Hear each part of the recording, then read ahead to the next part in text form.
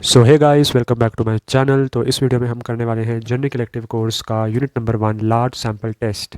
तो इसको स्टार्ट करने से पहले मैं आपको रिकमेंड करूंगा, या तो आपको कमेंट बॉक्स या आई बटन पे वीडियो की लिंक मिलेगी, तो वहाँ से आप जो आपने पिछले सेमेस्टर में पढ़ा है ना, चैप्टर नंबर 1, आपको याद था क्या नाम था उसका, एलिमेंट्री स्टैटिस्टिक्स, वो वाली वीडियो देख लेना एक बार अच्छे से, क्योंकि वो वीडियो देखोगे ना तो उसका बैकग्राउंड समझ में आ जाएगा थोड़ा बहुत। ठीक है, और छोटी सी वीडियो है, 15-20 मिनट की वीडियो है, देख भी लोगे तो नॉलेज मिलेगी। ठीक है, ओके। तो यहाँ पे हम ये स्टार्ट करने वाले हैं लार्ज सैम्पल टेस्ट। बहुत ही इंटरेस्टिंग चैप्टर है, ठीक है। और आगे आगे थोड़ा सा इसका ना लेवल इंक्रीज़ होगा, न्यूमेरिकल्स भी हैं बहुत सारे, तो उसके लिए आपको ना छोटी छोटी बातें भी अच्छे से पता होनी चाहिए, याद रहनी चाहिए, जो हम सारी इस वीडियो में कवर तो नहीं करेंगे, मैं पार्ट्स में डिवाइड कर रहा हूँ। तो इस वीडियो में हम हाइपोथेसिस तक कवर करेंगे, मतलब हाइपोथेसिस नेक्स्ट वीडियो में आने वाला है। ठीक है, तो हाइपोथेसिस वाली वीडियो आप नेक्स्ट वीडियो में देख पाएंगे। यहाँ पे हम वहाँ तक कवर करेंगे। ठीक है, अब देखो, स्टार्ट करने से पहले हम थोड़ा सा ना बैकग्राउंड या ओवरव्यू समझ लेते हैं। ठीक है, सबसे पहले लार्ज सैम्पल टेस्ट इस चैप्टर का नाम है। सैम्पल क्या होता है, सैम्पल क्या होता है, पॉपुलेशन क्या होता है, ये सारी चीज़ें ही उस एलिमेंट्री स्टैटिस्टिक्स वाली वीडियो में है, जो मैं आपको कह रहा हूँ, पिछले सेमेस्टर वाली देख लो। ठीक है, सैम्पल क्या होता है उसके लिए पता होना चाहिए कि पॉपुलेशन क्या होती है। देखो, पॉपुलेशन ना एक इंटायर सेट होता है ऐसे आइटम्स का, ऐसी चीज़ों का, ऐसे इंडिविजुअल का, जो ना सिमिलर या कहीं सेम कैरेक्टरिस्टिक शो करे। जैसे सारे के सारे बच्चे जो स्कूल में पढ़ रहे हैं, तो all students studying in a school या all students studying in a college, तो ये दोनों अलग अलग क्या है, पॉपुलेशंस हैं। और इन पूरी की पूरी पॉपुलेशन में अगर मैं किसी सर्टेन ग्रुप को या सर्टेन नंबर ऑफ पीपल को पकड़ के उनको टेस्टिंग करूँ, तो उस जिनको मैं पकड़ रहा हूँ, मतलब जिनके बारे में टेस्टिंग होगी, उसको सैम्पल कहते हैं। ये चीज़ें, ये डिफरेंस क्लियर हुआ, सैम्पल क्या होता है और पॉपुलेशन क्या होता है। तो बेसिकली अगर मेरे पास जो पॉपुलेशन है, वो एंटायर सेट होता है एक तरह से आइटम का या इंडिविजुअल का, और वहीं पे ये तो पॉपुलेशन था, और वहीं पे सैंपल क्या होता है, सैंपल उसका सबसेट होता है, सबसेट ऑफ पॉपुलेशन। क्या होता है सैंपल, सबसेट ऑफ पॉपुलेशन, जिनके बारे में हम टेस्टिंग वगैरह करेंगे, और ये टेस्ट हम यहाँ पे सीखने वाले हैं। ठीक है, ये डिफरेंस क्लियर हुआ। तो इसका देखो, मैंने यहाँ पे ना इसके पहले से नोट्स बना लिए हैं, क्योंकि ये स्टार्टिंग में थोड़ा ना इसमें थ्योरी ही थ्योरी आप देखोगे तो उसका मैंने कहा कि चलो टाइम बचेगा, तो मैंने नोट्स पहले से बना लिए। बनाने क्या, ये बनाए मैंने अपने आप से नहीं है, ये मेरे कॉलेज की ही नोट्स हैं, जो मैंने बस अच्छे से आपको रिप्रेजेंट कर दिए हैं। ठीक है, फाइन। तो आप इनको देखेंगे, ये मेरे सर ने ही करवाए हैं, जो कॉलेज के मेरे प्रोफेसर हैं, तो उनके नोट्स हैं। हाँ, क्लास में जो डिस्कस हुआ है बस वही इसमें लिख रखा है। तो हम देख लेते हैं कि यहाँ पे क्या लिखा है। Random variable is a real valued function which is defined on its domain and denoted in its range. ठीक है, तो एक फंक्शन है एक तरह से ये, जैसे आपने प्रोबेबिलिटी पढ़ रखा होगा क्लास 12th में, तो प्रोबेबिलिटी क्या होती है, एक फंक्शन होती है, प्रोबेबिलिटी एक फंक्शन है। वैसे रैंडम वेरिएबल क्या है, ये एक फंक्शन है। वैसे अगर आपने स्टैटिस्टिक एक वर्ड होता है, वो क्या है, एक फंक्शन है। जैसे मीन हो गया, मीडियन हो गया, मोड हो गया, तो ये सब क्या है भाई, फंक्शन है। एवरेज हो गया, फंक्शन है ना, ये सारी चीज़ें फंक्शन है। वैसे रैंडम वेरिएबल भी एक फंक्शन है। और इसके बारे में एक इंटरेस्टिंग चीज़ बताऊँ मैं आपको, जो मैं बताने वाला हूँ ना, इसको सोचना थोड़ा बैठ के। रैंडम वेरिएबल जो ये वर्ड है ना, रैंडम वेरिएबल रैंडम भी नहीं है और वेरिएबल भी नहीं है। तो रैंडम वेरिएबल रैंडम भी नहीं है, वेरिएबल भी नहीं है, ये इसकी एक इंटरेस्टिंग बात है। आप सोचना और कमेंट बॉक्स में बताना कि ऐसा कैसे है। ठीक है, ओके, और इसका आंसर चाहिए होगा तो वो भी आप कमेंट बॉक्स में बताना। ठीक है, तो रैंडम वेरिएबल एक रियल वैल्यूड फंक्शन है, जो कि डिफाइंड है अपनी डोमेन पे and denoted in its range. तो डोमेन से रेंज इसका पूरा रैंडम वेरिएबल, जैसे फंक्शन का होता है ना, वैसे ही रैंडम वेरिएबल भी है। एग्जांपल के लिए अगर आप ले लो, random variable means a real number connected with the outcome of random experiment. तो रैंडम एक्सपेरिमेंट आपको पता है ना क्या होता है, जैसे कोई मैंने डाइस थ्रो करी या कोई मैंने कॉइन टॉस किया, है ना, जैसे कोई एग्जाम होने वाला है, तो क्या उन सब की आपकी पॉसिबिलिटी आपको पहले से ही पता होती है कि हाँ भाई एग्जाम हुआ है, तो बच्चा पक्का 100% श्योर है कि पास ही हुआ होगा। तो कहीं ना कहीं पॉसिबिलिटीज़ की कंफर्म नहीं होती है, तो इसलिए कहते हैं इसको रैंडम, इसलिए बोला जाता है कि रैंडम एक्सपेरिमेंट है। इसके आउटकम क्या आने वाले हैं, जैसे कॉइन टॉस कर रहा हूँ, क्या आउटकम आएगा, हेड आएगा, टेल आएगा, मुझे नहीं पता ना, नहीं पता, तो इसीलिए इसको रैंडम कहते हैं। अब देखो आगे हम देखते हैं, if E consist of two tosses of a coin, तो यहाँ पे इवेंट क्या है, रैंडम एक्सपेरिमेंट ई, अच्छा इवेंट नहीं है, एक्सपेरिमेंट है। तो एक्सपेरिमेंट इज कि हमने दो कॉइन को एक साथ टॉस किया है, तो हमें पता है कि उसकी सैम्पल स्पेस ये बन जाएगा, हेड हेड आएगा या head tail head tail tail. इन सब की प्रोबेबिलिटीज़ क्या है, इन सब की प्रोबेबिलिटी, ईच की प्रोबेबिलिटी क्या है, 1/4 है ना, जैसे हेड हेड आने की 1/4, हेड टेल 1/4, 1/4, 1/4। ठीक है, ये तो क्लियर है। अब देखो आउटकम ये सब है, वैल्यू ऑफ एक्स क्या होगी यहाँ पे, जैसे यहाँ पे ना देखो ये चीज़ भी देख लो, आउटकम डब्ल्यू, जितने भी आउटकम्स है ना यहाँ पे उसको डब्ल्यू से डिनोट करा है। ठीक है, since the point of sample space S correspond to outcome, then real number which is denoted by x w is defined for each w belong to s। तो यहाँ पे देखो रैंडम वेरिएबल इसका नंबर ऑफ हेड है। ठीक है, तो number of head यहाँ पे 2 है, तो ये 2 आ गई वैल्यू। यहाँ पे एक है तो एक, वन, और यहाँ पे जीरो, ठीक है। तो यही रैंडम वेरिएबल होता है, दिस इज रैंडम वेरिएबल, है ना। और ये रैंडम भी नहीं है, वेरिएबल भी नहीं है, तो आपको दिख ही रहा होगा। चलो आप एक्सप्लेन करना पर इसे कमेंट बॉक्स में, ठीक है। ठीक है, तो आगे देखते हैं हम। तो रैंडम वेरिएबल ना हमारे देखो दो टाइप्स के होते हैं, एक होता है डिस्क्रीट, एक होता है कॉन्टीन्यूस, ठीक है। तो ये सारा आपने पहले पढ़ ही चुके होंगे, है ना। तो ये आपकी पूरी रिवीजन हो रही है एक तरह से, अभी न्यू टॉपिक स्टार्ट नहीं हुआ है। आपको स्किप करना हो तो आप कर भी सकते हैं, अगर देखना है, रिवाइज करना है तो इन सब चीज़ों का काम आएगा यहाँ पे, ठीक है। डिस्क्रीट रैंडम वेरिएबल क्या होता है, ये भी एक रियल वैल्यूड फंक्शन है जो कि डिफाइंड है डिस्क्रीट सैम्पल स्पेस पे। डिस्क्रीट सैम्पल स्पेस का क्या मतलब होता है कि डिस्क्रीट है, फिक्स नंबर ऑफ पॉइंट है, कंटिन्यूस नहीं है वो। अब इसके एग्जाम्पल देखते हैं, ठीक है। कॉन्टिन्यूस रैंडम वेरिएबल जो कि कॉन्टिन्यूस सैम्पल स्पेस पे है, तो मैं बिल्कुल बच्चों वाली डेफिनेशन है, इसमें तो कोई रॉकेट साइंस नहीं है। जैसे यहाँ पे देखो, हम ये पढ़ने वाले हैं जैसे आगे एग्जाम्पल यहाँ पे मैं लिख रखी है। जब हम देखें तो जैसे डिस्क्रीट रैंडम वेरिएबल का एग्जांपल हो गया, अगर मैंने कोई कॉइन टॉस किया है, जैसे मैंने कोई कॉइन टॉस किया तो हमें पता है कि हेड आएगा या टेल आएगा, तो यहाँ पे डिस्क्रीट आउटकम्स है ना, या तो हेड आएगा या टेल आएगा। क्या ये भी हो सकता है कि हेड और टेल दोनों एक साथ आ जाए, या आधा हेड आ जाए या कभी आधी टेल आ जाए, तो कुछ नहीं हो सकता ऐसा, मतलब, है ना। तो या तो हेड आएगा या टेल आएगा, तो इसको डिस्क्रीट कहते हैं, ठीक है। कॉन्टीन्यूस क्या होगा, जैसे मुझे कोई नंबर चाहिए 1 से लेकर 2 के बीच में, मेरी कोई नंबर लाइन है और मुझे 1 से लेकर 2 के बीच में कोई नंबर चाहिए। 1 और 2 के बीच में कितने नंबर्स होते हैं बताओ ज़रा। फाइनाइट नंबर्स होते ही नहीं है, इनफाइनाइट नंबर्स होते हैं। तो कुछ भी वैल्यू आ सकती है ना, वन और टू के बीच में कोई भी नंबर कुछ भी वैल्यू आ सकती है। तो इसको कहते हैं कॉन्टीन्यूस रैंडम वेरिएबल, कि कॉन्टीन्यूस है, कोई भी वैल्यू ले लेगा, डिस्क्रीट नहीं है, फिक्स्ड नहीं है यहाँ पे कोई वैल्यू जो आएगी, है ना। जैसे वहाँ पे कॉइन टॉस किया तो या तो हेड या तो टेल, डाइस थ्रो करी या तो 1 2 3 4 5 6, है ना। 2 डाइस थ्रो करी तो 36 आउटकम्स। पर यहाँ पे 1 और 2 के बीच में कोई नंबर मुझे चाहिए तो वो तो कोई भी वैल्यू आ सकती है, तो वो कॉन्टीन्यूस रैंडम वेरिएबल डिनोट करता है। ये समझ में आया आपको, ठीक है। तो चलिए अब हम आगे देख लेते हैं। देखिए यहाँ पे रैंडम सैम्पल की डेफिनेशन लिख रखी है। ये सैम्पल की डेफिनेशन आप, ये नई चीज़ आपके लिए नई भी नहीं, पिछले सेमेस्टर में पढ़ा है, नई चीज़ तो यहाँ से स्टार्ट हो रही होगी, ठीक है। तो ये देख लो, रैंडम सैम्पल एक सबसेट होता है ऑब्जर्वेशन का selected from a population in such a way that each possible sample of the same size has an equal chance of being chosen.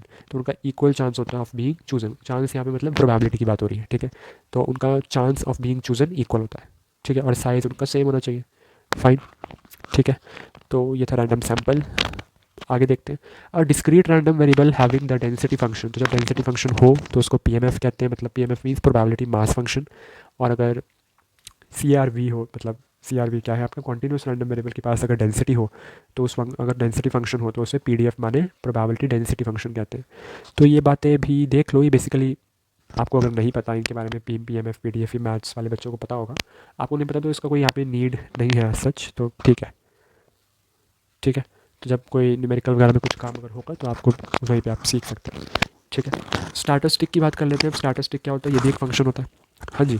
तो it is a function which is based on a sample of observation. जैसे अगर मेरी कोई observation है x1 x2 x3, तो ये सारा क्या है, ये सैम्पल हो गया, है ना, सैम्पल हो गया। इसका अगर मैं मीन निकालूँ तो यहाँ पे मीन को ही मैं स्टैटिस्टिक कह दूँगा, आसान है, मीन को स्टैटिस्टिक कह दिया। तो मैं बिल्कुल बेसिक बेसिक सी डेफिनेशन है। अब पैरामीटर क्या होता है, ये भी चीज़ आपने पढ़ रखी होगी। तो पैरामीटर एक वेरिएबल होता है that contain all the necessary information to describe the population.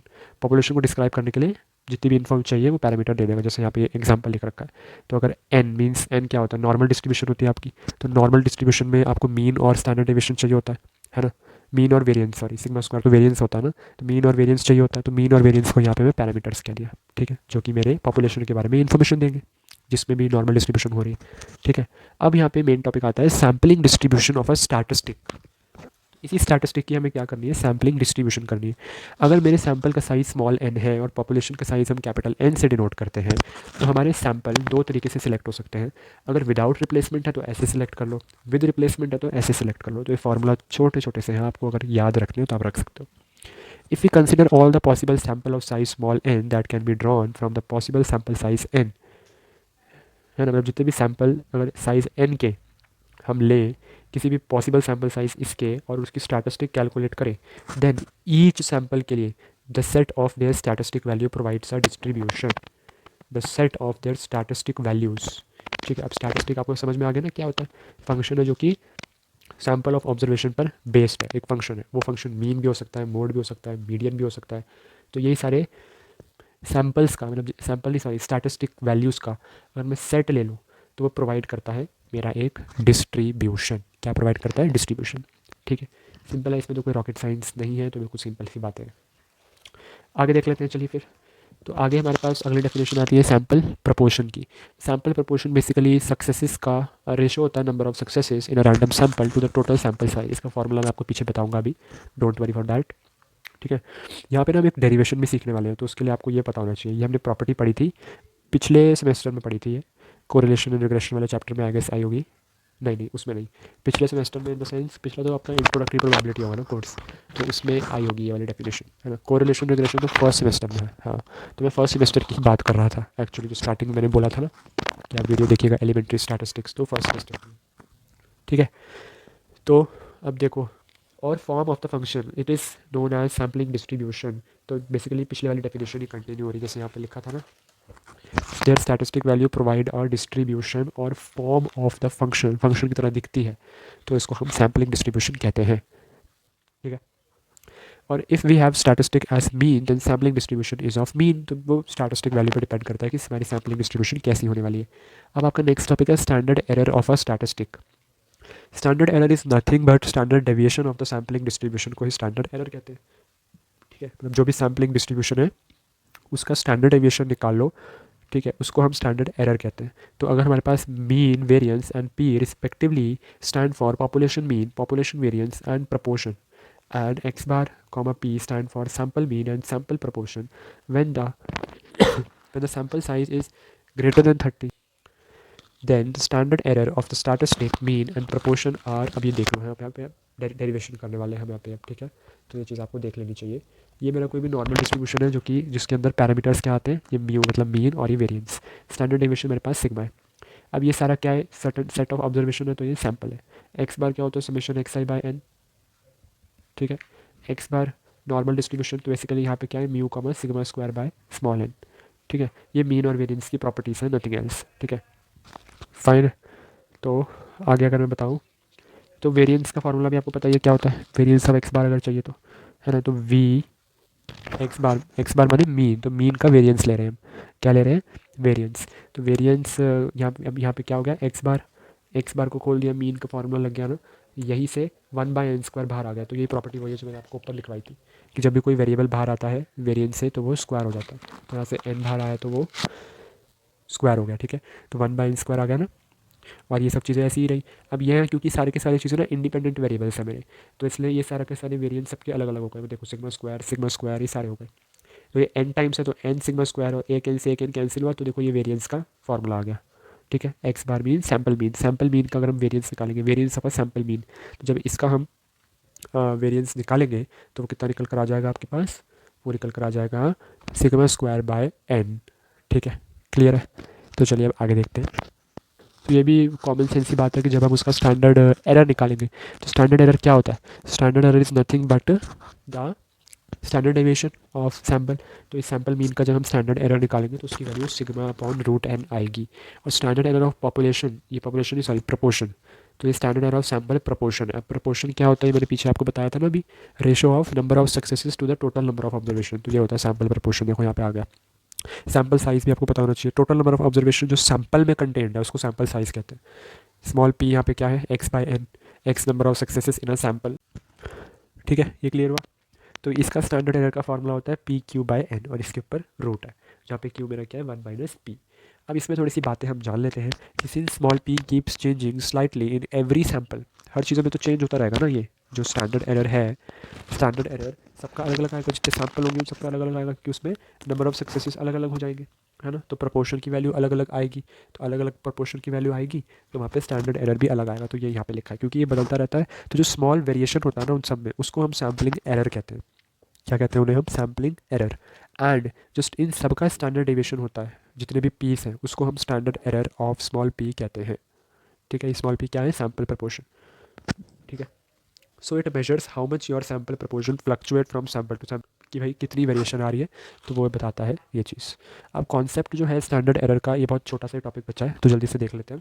जो स्टैंडर्ड एरर का कॉन्सेप्ट है ना, ये बड़ा यूज़फुल है लार्ज सैम्पल थ्योरी में। क्यों, क्योंकि जो इसका मैग्नीट्यूड है वो हमें एक इंडेक्स दे देता है अनरिलायबिलिटी का। ये क्वेश्चन आ सकता है पेपर में, टेक इट सीरियसली। तो ना हमें इंडेक्स ऑफ अनरिलायबिलिटी दे देता है of the estimate of the parameter. Greater the error of standard estimate less will be the reliability. तो अगर जितना ज़्यादा एरर ज़्यादा होगा उसकी रिलायबिलिटी, डेटा जो रिलायबिलिटी है वो कम होगी उसकी। तो बड़ा कॉमन सेंस वाली बात है। सेकेंड रीज़न इसका क्या है कि स्टैंडर्ड एरर जो है वो ठीक है। तो यहाँ पे जैसे एग्जांपल है, the most probable limit of the population mean mu will be x bar plus minus 3 times the standard error of it. ठीक है, स्टैंडर्ड एरर का यहाँ पे हमने फार्मूला अप्लाई कर दिया। तो यहाँ से ना हमें इसकी रेंज मिल गई कि x minus 3 sigma by root x से लेकर x plus 3 sigma by root x ही लाई करेगी पॉपुलेशन मीन की वैल्यू। तो ये काम होता है, इसमें बहुत बेनिफिट किया स्टैंडर्ड एरर ने हमें। ठीक है, तो ये इसके यूजेस थे कि क्यों इतना यूज़फुल है ये। नेक्स्ट वीडियो में हम कवर करेंगे हाइपोथेसिस क्या होता है और टेस्टिंग इन हाइपोथेसिस, अल्टरनेट नल, सब कवर होने वाला है। तो वो वीडियो आप ज़रूर देखना। ये तो इंट्रोडक्शन बड़ा बेसिक सा था। असली वीडियो तो बच्चे नेक्स्ट वीडियो में आने वाली है। So stay tuned. Thank you very much.